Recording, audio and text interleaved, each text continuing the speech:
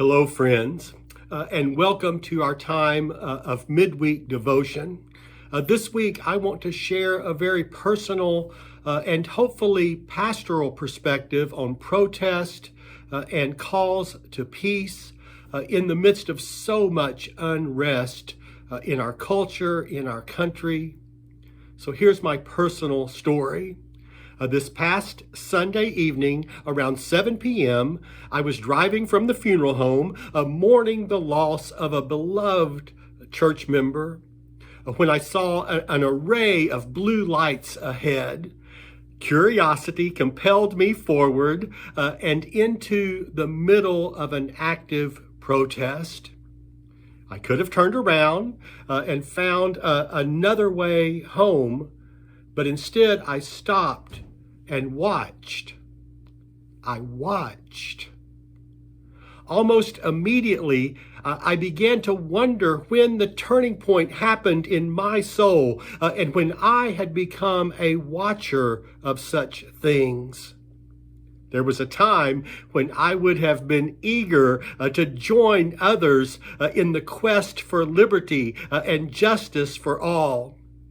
I was reminded of a line in a prayer that I had prayed earlier that day, asking God to open hearts to the reality that peaceful protest bears fruit only when good people are moved to listen, to change, to act, and to work together to develop social systems that reflect the love that God wants for all of us. I was watching a peaceful protest here in Conway.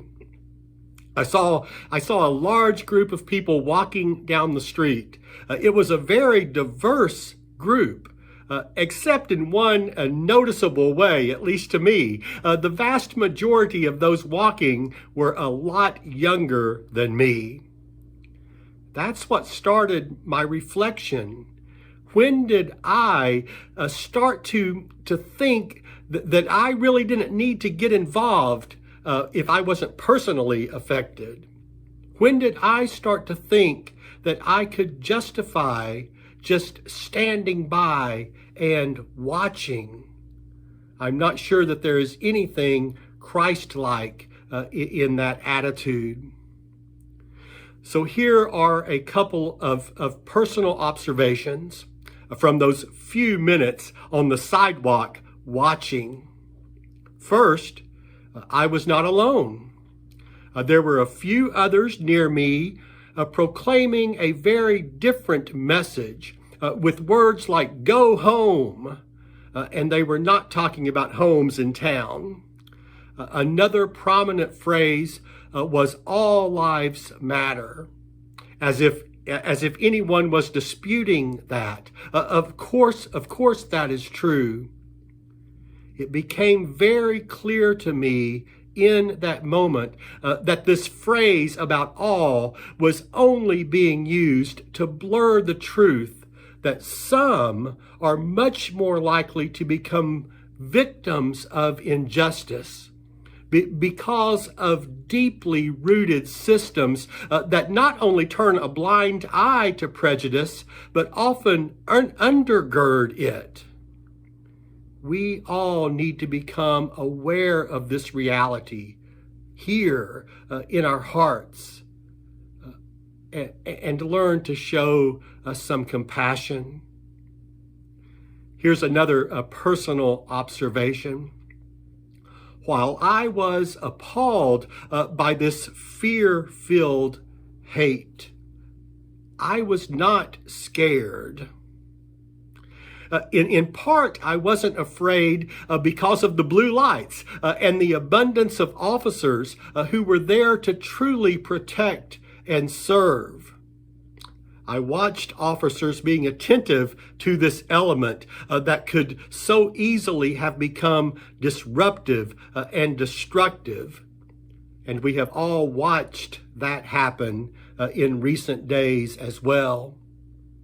I know some of these officers and know that they were proud to be there and to create an environment where First Amendment rights could be expressed peacefully. But more than this, I was not afraid in that setting because of the color of my skin. I was not in danger. I thought of one lesson learned several years ago when I was in the car with a colleague, a fellow pastor, driving down county roads in Arkansas to a meeting. As an African American, my colleague and friend exhibited a cautiousness and an innate concern that I have never known simply because of skin color.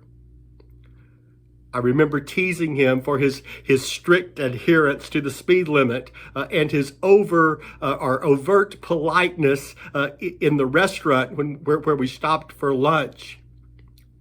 In turn, I heard stories born out of personal experience that opened the eyes of my heart.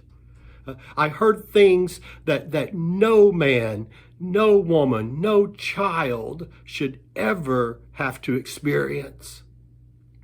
By listening to a friend, I learned in a new way that racism is real. And it comes out very often in people who would say that they are not racist. Our attitudes, our deep-seated biases can cause so much harm. And so we all need to examine our own hearts and let God convict us and transform us in and by and for God's holy love. Today, I want to do more than watch. I want to weep with those who weep. Romans 12:15. I want to cry out for justice and righteousness, for what is right, to roll down like waters. Amos 5:24. I want to heed the words straight from the scriptures. You shall not follow a majority into wrongdoing so as to pervert justice. Exodus 23:2. I want to hear the words of the prophets who observe how some treat others and do so carelessly, as the prophet says, and do so by saying, peace, peace, when there is no peace. That's in Jeremiah 6 and repeated in chapter 8 and then also in Ezekiel 13. Yes, we all want peace. And as people of faith, we must act peacefully. That's Romans 12. But not with cheap peace. Not with the kind of peace that just tells people to calm down because they're making us uncomfortable.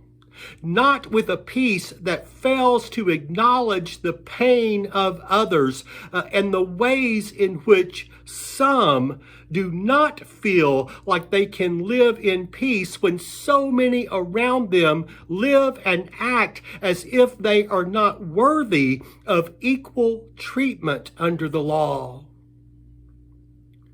Biblical peace is always about coming together and creating harmony among us. It takes work. We have to be intentional about it. This kind of peace gets into our hearts when we actually open the Bible and read it rather than use the book as an idol. Friends, I want to do more than watch today. We are in the midst of such challenging times, and people of faith are being called to step up. So I share this hope. My hope is that you will listen to God speaking into your heart, and that you will find ways to do more than watch on this day. Until we are together again, many blessings.